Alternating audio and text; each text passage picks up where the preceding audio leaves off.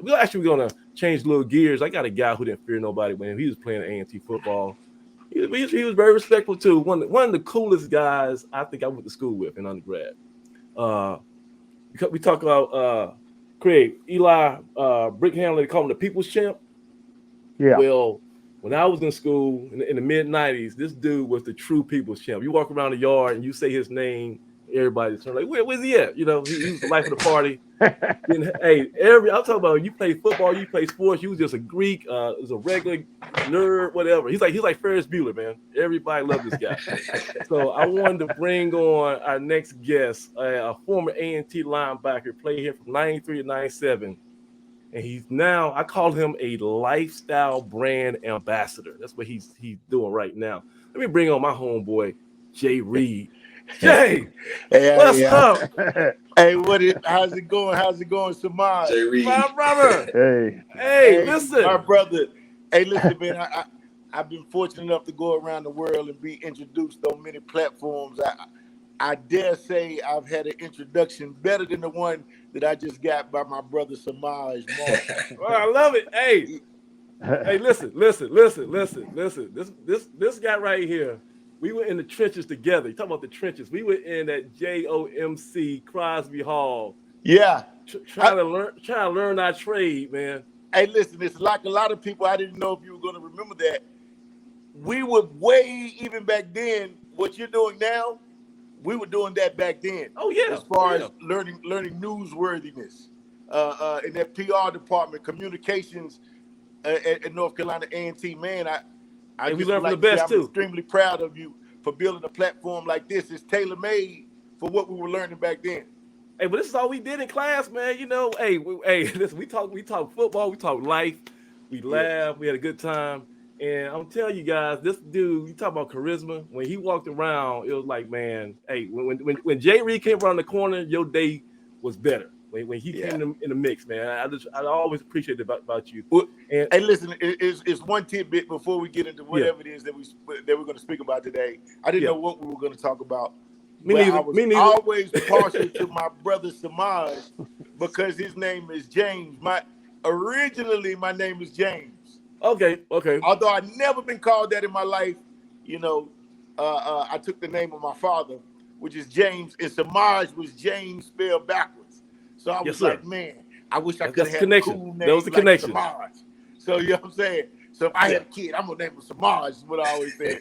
But my brother was nothing but a class act, and I tried to treat. I think Obama said treat the janitor the same way you would treat anybody else, and I really tried to live by that even way back then. So it was a lot of people I was cool with that didn't know I played football. It was a lot of people that just thought I was just smart, or some people that thought I was in the party. And listen, I didn't know you played football until I went to a game my freshman year, and I heard your name. They say Jay Reid. I was like, what the hell? not that dude. I used to cheat off his steps. Not Jay Reid. Real humble. So talk about that A&T football. You played here from '93 to '97. Yeah, and you played with some heavy hitters, man. Hey, listen, I tell you, you know how you hear about people say, hey, I played with a guy, he was better than Michael Jordan. But it's like you never seen it. At A&T, I can really say I played with some top-notch people from when we came in, we were fortunate enough really to play in 3 eras. When we got to A&T, as you remember, Samaj, we didn't have TVs or telephones in the room or none of that. So they were old school A&T. Yeah. I think when I got there, our cleats, I think we were sponsored by, get this, Pony. Pony. Yep. That lets you know how far back it was. And turf shoes, we were sponsored by Rawlings. Oh. So that lets you know how, and then there came a point that we got Reebok pumps. I said, ooh, Reebok pumps. Then y'all had the D Browns? Come on, man. Black. I used to get the spat job with the tape, and the only thing sticking out would be the orange pump. Oh man! Then we progressed, and we got the Brett Favre's, the Nikes. So you'll see the different eras that I was fortunate enough to play with. But I was amazed. Like, I'm coming from a school in North Carolina, Cummings High School. We were #1 every year, winning state championship after state championship, I thought I was the man. State championship game, I had 15 tackles, 4 fumble causes, 3 fumble recoveries, an interception. I kicked a couple field goals. I'm thinking I'm the man. My first day at practice at A&T, I seen a guy, and I said, I never forget, his name was Wahid Kimbrough. I said, good gosh, that's the biggest lineman I ever seen. They said, no, he plays tailback. I said, what? He played what? And this guy, he was a good 260 pounds, about 6'3", and he had won the 100 meters in high school, in the state for track. So I was just fortunate enough to play with such good talent. Guys like Maceo Bolin, guys like Rudy Artis, guys like Marvin Bagley. I know some of you may know Marvin Bagley's son in the NBA, but his dad was a talent in the early 90s at North Carolina A&T. Then people like Jerome Knight, so many unsung stars, then moving to Darryl Clue and people like that later, What about that Troy Pelshak? What about that Troy Pelshak, man? Pelshak was a monster. You know what I'm saying? But we had bookends. So I heard the gentleman earlier talking about the Buck Buchanan Award winner. Yes. So I was fortunate enough to play with one of them on the other side of Pelshak by the name of Christopher McNeil. Yes, sir. We had him on here. Monster who I think we start calling 21 sacks.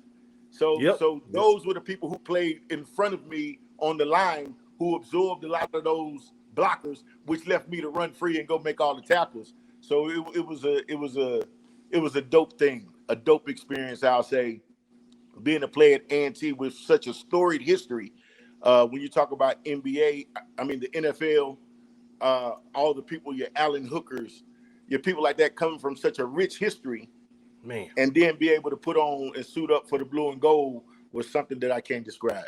All right, real quick. I'm gonna give you a early dose of truth serum. Early, all right. Give me your Mount Rushmore of players you played with. You're gonna make some people mad, but I want you to go ahead because the Jay Reid I know didn't hold back. Give me your Mount Rushmore of guys you played with. Come on now. Well, I gotta say a guy named James White. That's one. This guy was a monster. You know what I'm saying?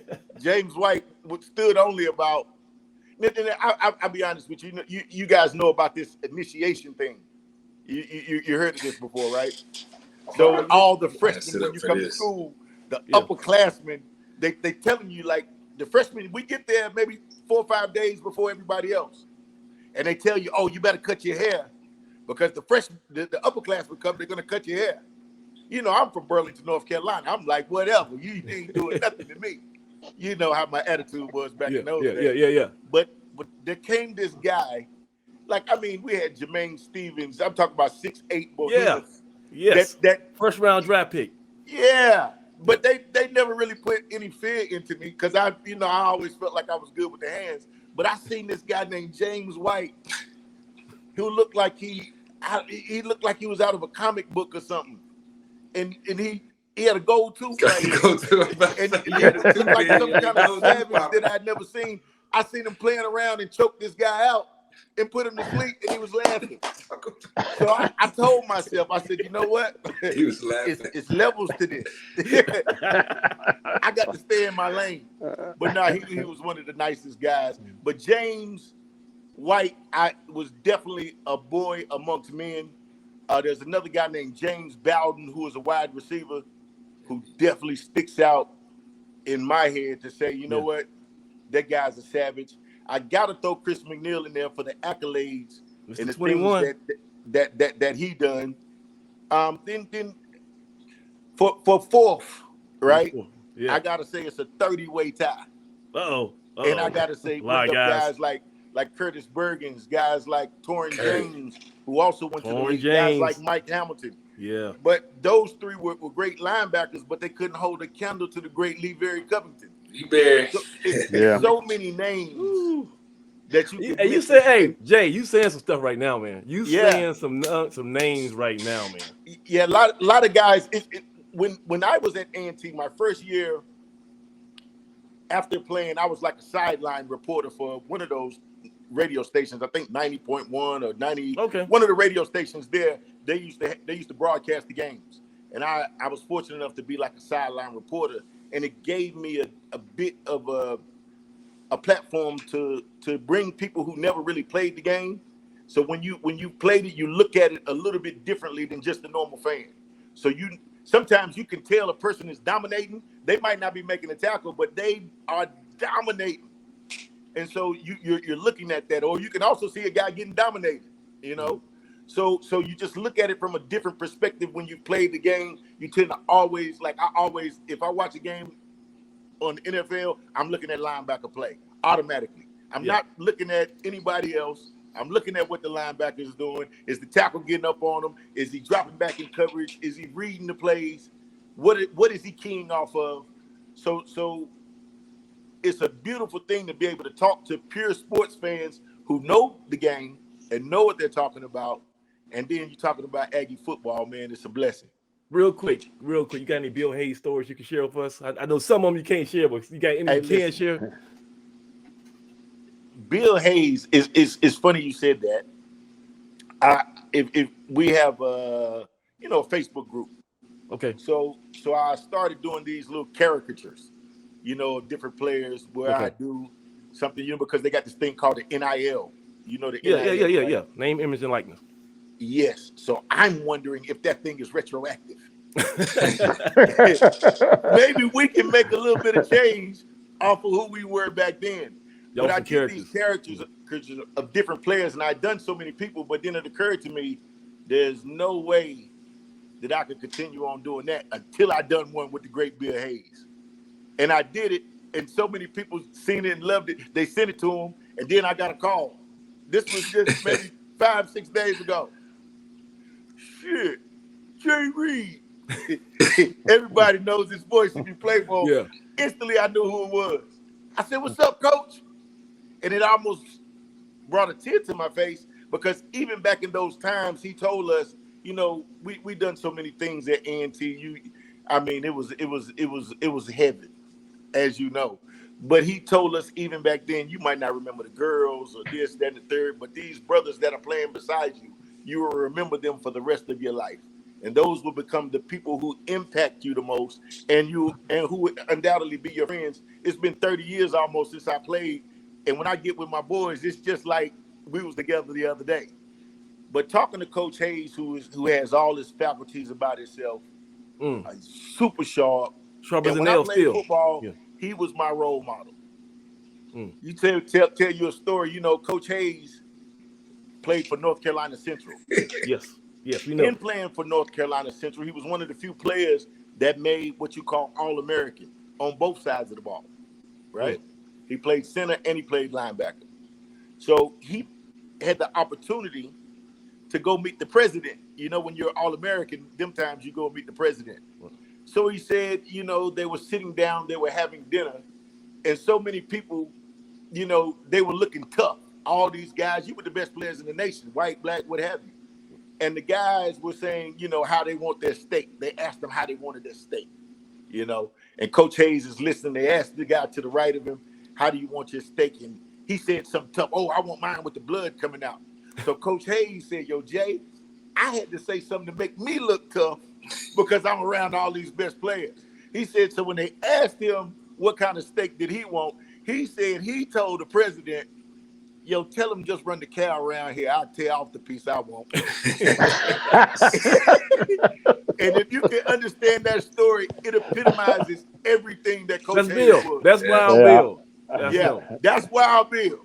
And so we really tried to embody that, not even on the field, but also throughout life, to have that same tenacity to be able to attack everything and know that you could come out victorious. Well, check this out. After football, I think you told me you moved to Atlanta, right? I did. And I know you at one point. Let me make sure I got this right. When you were working for the mayor's office, you was working for about 5 months when I came to Atlanta. Okay. I worked for the mayor. Okay. But you moved out to Atlanta. You got situated, right? Wherever you go, you're gonna be successful. Like Jay-Z say, you put me anywhere on God's green earth, I triple my word. Yeah. So listen here. Make a long story short, you end up becoming, I guess, I don't know how long you've been had this passion, but you start riding your bike, right? Yeah. And you started cycling all around town. Mm-hmm. Next thing you know, like I say, this guy's charismatic. Anytime Jay Reid's in the building, it's like people just brighten up. So you started bringing a following of other people, like-minded folks who want to ride bikes. Now you have a lifestyle brand company called Dope Peddlers. Yeah. And talk a little bit about that, and just tell people how awesome this movement is. You got well, like you said, when I came to Atlanta, I had thoughts of continuing to play football. Okay. I was going to play in you remember the XFL that the wrestling guy had. Yeah. So I was going to play for a team in Birmingham, this, that, and the third. But then the team ended up going, the whole league went defunct. Yeah. Right. So I was scrambling, trying to think what my next move was. I ended up getting a job working with the city of Atlanta out of the mayor's office. Did that for a little bit. And somehow, through stroke of genius, I met Puff Daddy. So then I started working with Puff. I worked with them about 15, 16 years. Oh, so I didn't know that story. Yeah. So you was with Puff Daddy. Yeah. So I was managing artists. So like a lot of artists that you've seen come out, I was working with those people. From Black Rob, rest in peace, to a guy named Mark Curry. Yeah. To Boys in the Hood, to, Young Jock. There was a time we had this Making the Band, all of those different things. And then, with one of those exploits, it took me to London. And so then I kind of like London. I ended up moving to London for 6 years. And I opened a nightclub over there. Talking about London, Kentucky, or London, England? No. London, England. Proper okay. London. Yeah. Okay. All right. Proper London. So right. I was in London. I owned a club called Runway. Did phenomenal, little homesick. So I came back here and I got into the clothing business with Puff. We did this clothing brand called Invisible Bully. Man. I was running this thing called Invisible Bully based off of Biggie Smalls. I don't know if you heard the flavor in your ear when he said foes is shaking in their boots, Invisible Bully. Like the Gooch. So we took that line, which is a play off of Different Strokes. You remember Different Strokes? Different Strokes had a character. The Gooch used to bully Arnold. Yeah, but you heard about him, but you never seen him. You never saw him. So we call him the Invisible Bully. So there were people who were around the Bad Boy family that they would say were invisible bullies. So we took that and then we made a t-shirt line, which it did very well. But as things go, so I'm gonna slow you down. Slow you down. Hold on. Okay. Now I don't want to go too deep down this rabbit hole, but you were with Puff Daddy in the mid-90s? No, I was at A&T in the mid-90s. No, I'm talking about so how late when this is after Biggie passed away and all that? Yeah, I came to Atlanta in 2000. Okay, so 2000. Okay. Right. Okay. Got you. Yeah, okay. Yeah. All right. Go ahead. So go ahead. This is your story. This is Loon era. Okay, good. So you don't have no Tupac stories or anything like that. You passed that. I got some Tupac stories if you want. All right, next time. I mean, I got some stories. I've been very fortunate to go around the world and see a lot of people. There was a time I was traveling throughout Africa hosting concerts. I used to host a lot of concerts for Akon and Sean Paul, and I've been fortunate enough not just with Bad Boy, but to work with a lot of artists that you would say are mainstream now. And so one thing coming from A&T, I always felt like I belonged in any room that I ever got in. Yes, sir. Me too. Yes, sir. So, we some people, I just posted, I said, some people think it's arrogant, but it's not arrogant. We just understand we have this different pride about ourselves. And we would like for you to have that same pride about you or wherever you come from, but it's just different at A&T. We understand that we built different. We got all kinds of alumni who went on and done great things.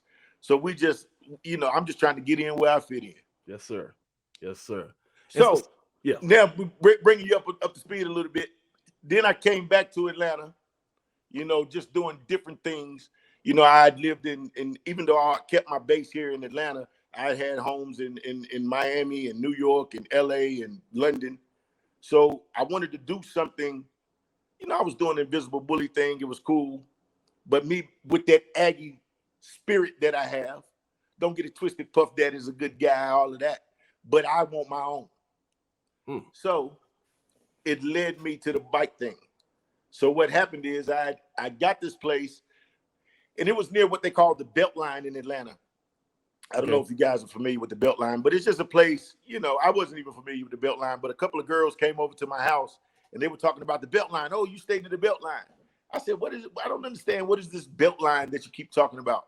They were like, oh, it's a place where you can go roller skating. We're going to get skates. I was like, no, I don't know who you talking about. I ain't going to get no skates. You got me twisted. So then we walked to the Beltline, and they showed me, people were walking and people were coming by on bicycles. Bicycles. There you go. So I went to Walmart. Yeah. And I bought 6 bikes for me and these girls. You know what I'm saying? So we're going to ride the Beltline. So we take off on the Beltline, and they leave me. Now, me being an Aggie in football, I'm feeling some kind of way. They done dusted me on these bikes. How long is the Beltline? How long is the whole Beltline? It's 21 miles all the way around.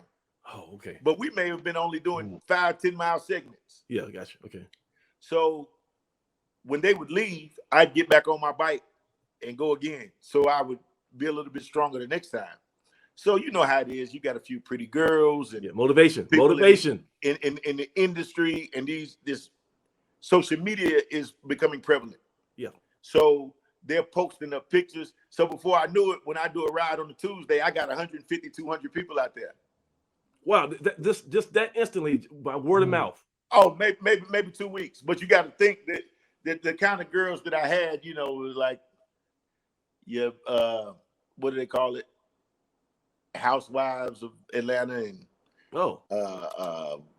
just people I knew from the industry, basically. Okay, so socialites. You're socialites. Yes, yeah. Okay. You're loving hip hop people. So you get a couple of those girls out there, it's gonna blossom and grow into something big quick anyway. Gotcha. And then you got the guys coming that they want to see what's going on. Right. And everybody wants to be in the mix. Everybody's in the mix. There you go. And so then it took one time for somebody to kind of clown me, like, yo, Jay Reid, you on a Walmart bike? And they laugh. And I'm dumbfounded. I'm like, I just know it's a bike. I don't know about no Walmart. But don't worry, because next week is coming. And next week I popped out with something super crazy. Like, the story where they picked the kid who had buddies, and then he go get the collection of 50,000 Jordans because he got to have every color because he got picked on it. That was me with the bike thing. So you weren't losing that challenge. You weren't gonna lose that challenge. I wasn't gonna lose that challenge, and I was gonna be fly. My gear gonna match everything. Everything gonna be fly. So then it became, oh, Jay Reid got all the bikes, but can he ride them though?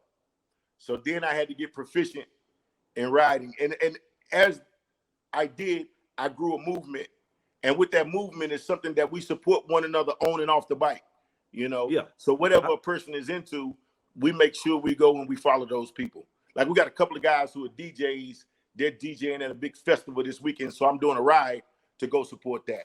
Let me show people real quick how it looks. Let me show. I have this video clip, and this is one of your rides. You guys are, I guess, Midtown Atlanta. Oh yeah.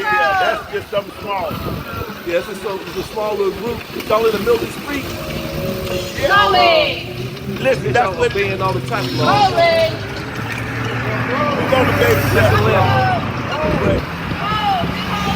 A bicycle is a vehicle just like a car. And most people, like when you come to a big city like Atlanta, most folks know that. Now, I wouldn't recommend you going down Wendover by yourself, but how big is your normal group? How big is the Peloton, y'all call it? How big is your normal group? Maybe 50 or 60. But like I just did a ride for John Lewis maybe 2 weeks ago. Yeah. It was about 1,500 people. So I want to bring it up. I saw that I was doing some research here, and so there was a second annual John Lewis Memorial Freedom Ride. Yeah. In honor of the late great John Lewis. Let me get Doug back in here. And you guys organized a ride. Talk a little bit about that whole project and what was the importance of it. Well, it was really the third The third one, some reports said 2, some Okay. said 3, but it was a little confusing to people because what actually happened is we did one the night he died. So I wanted to commemorate him. I like John Lewis. I like what he stood for, and I wanted to honor him in my own way in as much as I could. So I put together a ride the night he died. Then the next year, the people that seen it, his family saw it, and they asked could they join up with me and do it. So I did it in conjunction with his family. And again, we had about 1,000 people out there. Now this year, it's gotten even bigger with sponsors like Coca-Cola and Chick-fil-A and UPS. We had about 1,500 people. Made all CNN, all kinds 1,500 of people riding bicycles around Atlanta at one time. Oh yeah, yeah. And this is something. This is something that you had like a blank piece of paper. You said, "I'm gonna come up with this idea," and you brought it to fruition. And now 1,500 strangers come together, and y'all all riding around for a cause. Yeah, that's awesome.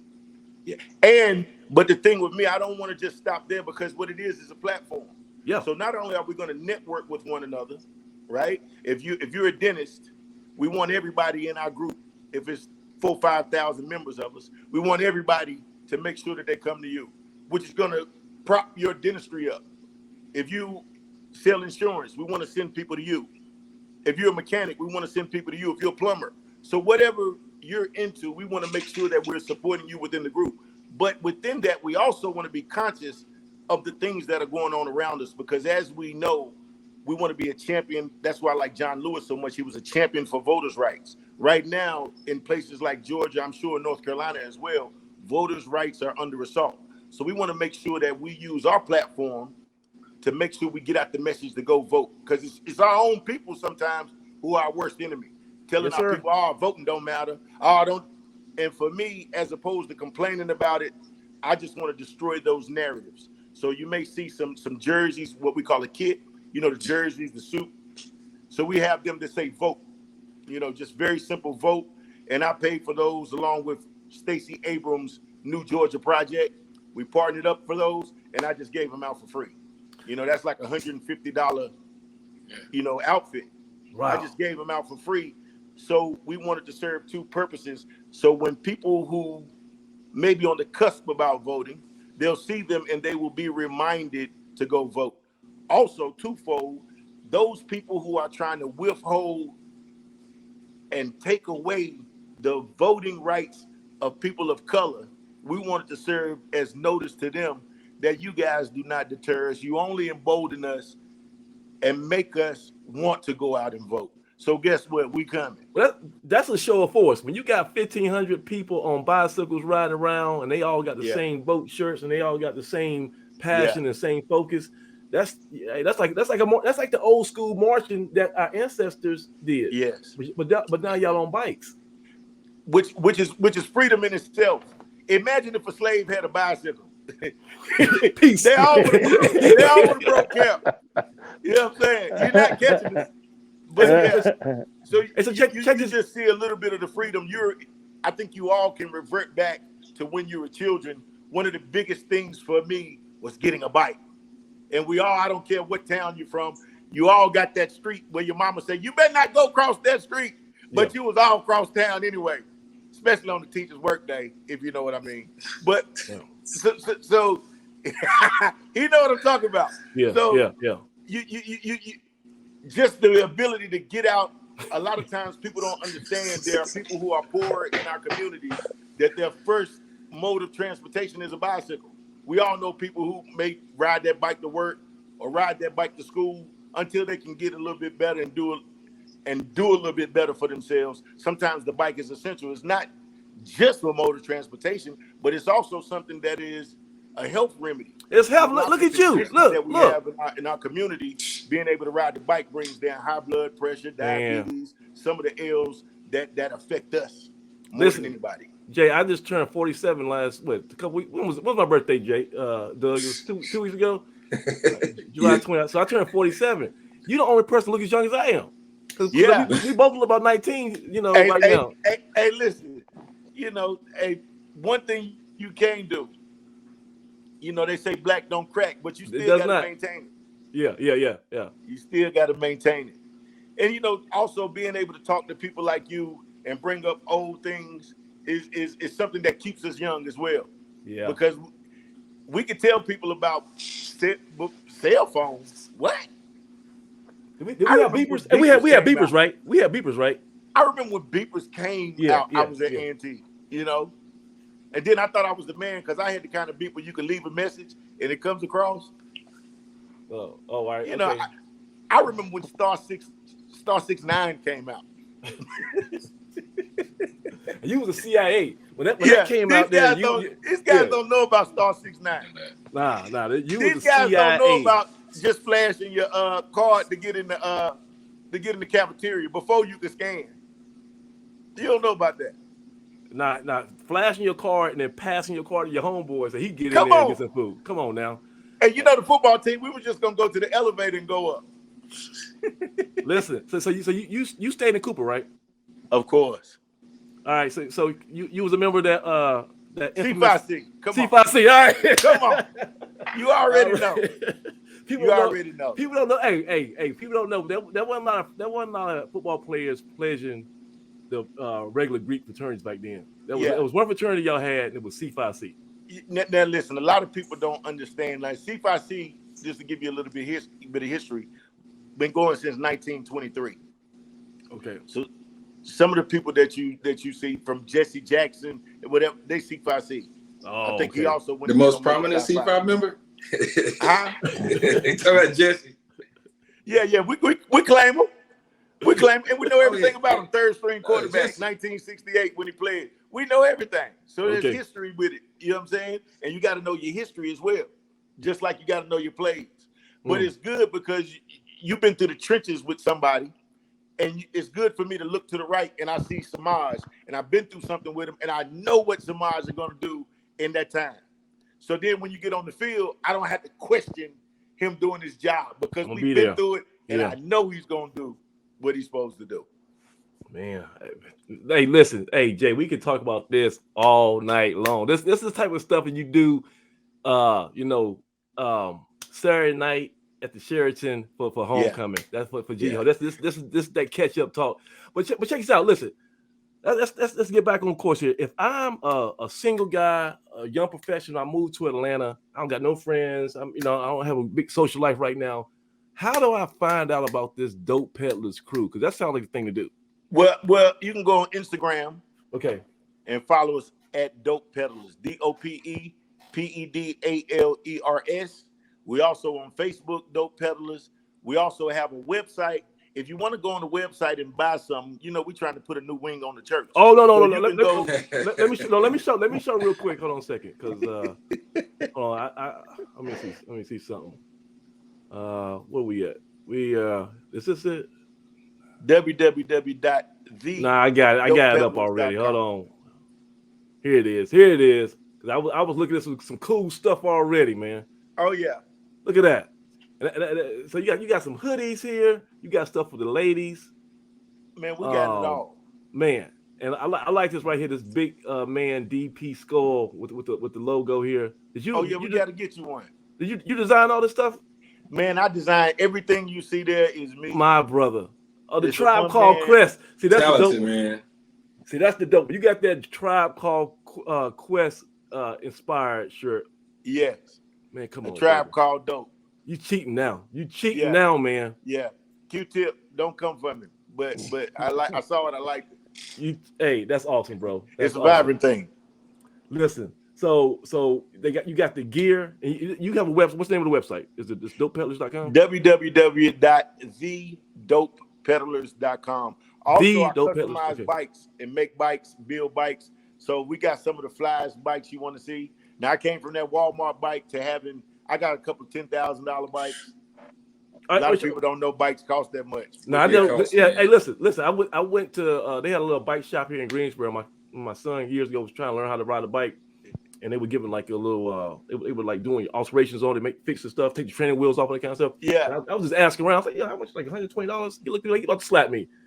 That thing costs more than my car. These guys do not play with their bikes. Yeah. A real cyclist shop.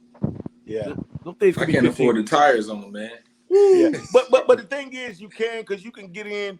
just spend $300-$400 on a decent bike and then just upgrade from there. Once you get into the culture and around the people, you'll be able to source things. And believe it or not, I often end up saving money because when I would run out and be popping champagne, I'm out on my bicycle. When I'll be over here eating out, I'm on my bicycle. I'm coming in right now, literally. If I was to stand up, you would see my bike and stuff. I'm literally walking in from a ride right now. So how many of you guys do? You guys, what, 3 a week? How many of you guys do? I do 3 rides a week, but I put so many other people in the game who started other groups, and so many little spinoffs have come from my group that I try to go out and support other groups. You know, other people that have came from me and under my umbrella. That's awesome. So it's not just the people, the 3,000-4,000 people that we got in our group. We also started the group. We were instrumental in starting in Charlotte. They changed the name to Bank City Bike Club, but those are our folks too. So make sure you go out. Hey, here's an idea. Would it make logistical sense? Yeah, for Jiho. Could you start something where you like put the bike rack on the truck? To the parade, and we end up in the parade. Yeah, there you go.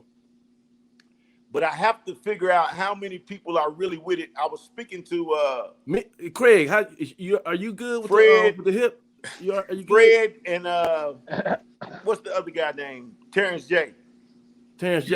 Yeah, they reckon they riders. You know what I'm saying? They reckon they can ride. Doug rides a bike. You ride a bike. Hey, I'm in the beginning stages. I got a buddy that rides down there that played football at T2, man. He's trying to get me going. I don't ride as much as you guys ride, but I'm gonna ride with you, man. I'm coming down there for sure.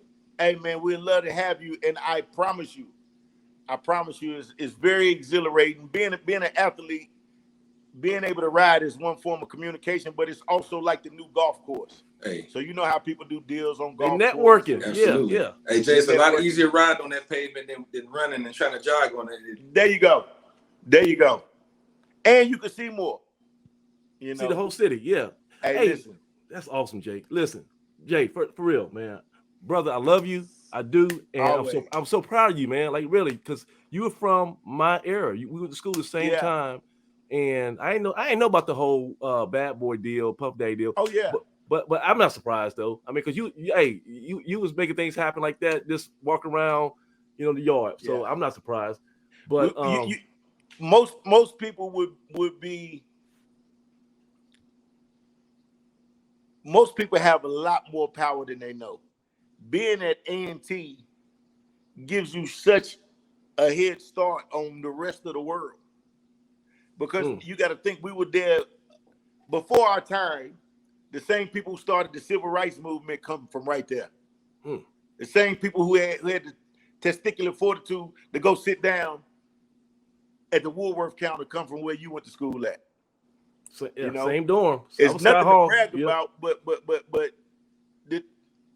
the intellect of those people to be able to think about something and then bring it to fruition is phenomenal. The same place where the National Guard Armory was busting at the students. I think they shot a brother named Willie Grimes in 1968, and the students was busting back. That lets you know that we built different. The Sky Hall Militia. When you cut from that cloth, you got to walk around with your chest out a little bit bigger than everybody else. You got to let people know everywhere you go, the Aggies is in the building. There are a few other schools. I will say, how would people show up? Yeah. They ain't A&T. FAMU people show up, and they gonna let you know. What's the thing that they gonna let you know? Yeah. And being here in Atlanta, you still got schools like CAU and Savannah State and Albany State. Even those schools, Alabama State, those people are very proud. There's something about a common experience having went to an HBCU period. But then when your school was A&T, it's just a little bit different. My brother. All right, so look, Jay, man, we took enough of your time tonight, man. But listen, this is what you're going to do. You ain't got no choice. You're going to come back, right? We're going to talk about some of those entertainment stories because I ain't know about that. So I want to prepare. I usually try to prepare for my guests. You just throw a curveball. And listen, I don't want to shortchange you on these stories. I know you got a vivid memory and you know how to tell a story. So check it. We're gonna bring you back. We're gonna talk a little about some of the crazy entertainment stories. We're gonna talk a little more about some A&T football too. And one thing that I like to do, I like to have a dialogue. So I want to meet the brothers as well here in these opposite boxes, so I can figure out what it is that they into and how I can prop them up in some way. Because I got a platform that's tailor made for whatever you're trying to do.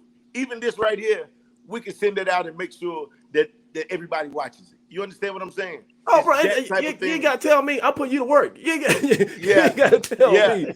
I'm about to use every resource you got, brother. Yeah. So just tap into the network, man. It's a beautiful thing. And I see a lot of, I had on the Dope Peddlers hat, right? Yeah. But then I had this A&T hat. I see y'all brothers had on that A&T. It's crispy. I had to go, I had to make, I like to make my stuff. You know what I'm saying? So I made me a hat, right? But I was popping in the 90s. Yeah. Okay. There you go. 90s. There you go. So just when I was running A&T. That's sweet when he get his spins in. I like that. We got to make sure that we support one another. But that's a dope hat that he got over there in that yellow shirt. I'm trying to see it, but I like that hat. And I wouldn't mind having one of the baseball caps you got there. But me being ingenuitive, is that what me having the ingenuity, I might see it. I got a little Chinese in me. I'll see it. If I like it, I'll go make it.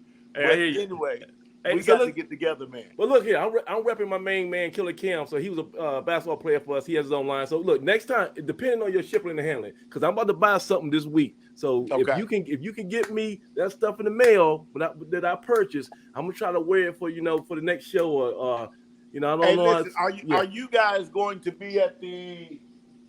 Are you guys going to be at the game in Charlotte? Yes, sir. Oh yeah. I'm gonna try to bring some up.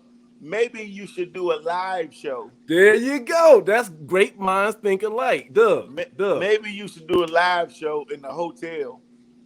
There you go. Hey, we're gonna have to rapidate on this. We're gonna have to sit down. And a couple of my friends that I think were those guys. I like the way you think it. I like the way you think it. A live remote from the team, from the host hotel lobby. Get some bar stools set up here, some lights and some microphones, and make it time. We're gonna have to think about doing that, bro. We're gonna have to think about doing it. I'll tell you this. I was just one of the people who was fortunate enough to persist. Like I think you said what Jay-Z said. Jay-Z also said I didn't do anything different than anybody else, but I didn't give up. So I kept going. We had a lot of people at A&T who were phenomenal players, but they might not have had the money, or they might have had. I got a guy that I played with. This is a true story. Now you talk about, I was a wrestling all this when I got to A&T, so I used to try to wrestle everybody on the hall. I used to drag people too. Let me put that in there. But there was one dude that I couldn't. It was two dudes. This guy named Turtle, who was Terrence Spencer, and another guy named Deshaun Byers. Deshaun Byers, I have so much respect for. In the middle of the night, our freshman year, he went home. His mom was battling with an addiction. And some of his homeboys, they were serving his mom. And he left school to join the military just to take care of his mom. And he would have definitely been a first rounder. But he left school, joined the military, but his story is so crazy that he ended up wrestling in the military, and he became the world champion Greco-Roman wrestler. Deshaun Byers, look him up. Won in the Olympics. You remember the guy, Rulon Gardner, who was everything? Yeah. Go watch Deshaun Byers destroy him. He was the world champion. Went right there to A&T with us. So it's guys like that. The history is so rich that we could go on and talk for days, about these people. So Jay, we're gonna try to do that. I like that idea about Charlotte, but we definitely gonna link up, man. You're gonna be around here. I can see right now you're gonna be a regular. Anytime there's something popping off, we're gonna have you on here to give you a little. Yeah, man. It's small, insight. Man. Cut the check, man. Cut the check. I hear you. Keep them characters coming, man. Hey, those draws, man. The guys love them, man. I'm telling you, those are unique. You got to get them up so folks can see them, man. Say no more, brother. Hey, bro, for real, man. I love you, man. Keep doing what you're doing, man. And like I say, anytime you're in the room, it feels like the room is warmed up and got brighter, man. So thank you. Hey, man, God being is good, you, man. I'm glad I could just talk to you brothers for a minute. I'm excited. I didn't know what to expect, but I'm happy to meet two new brothers. And make sure you guys tap in, man. I got something for each of you.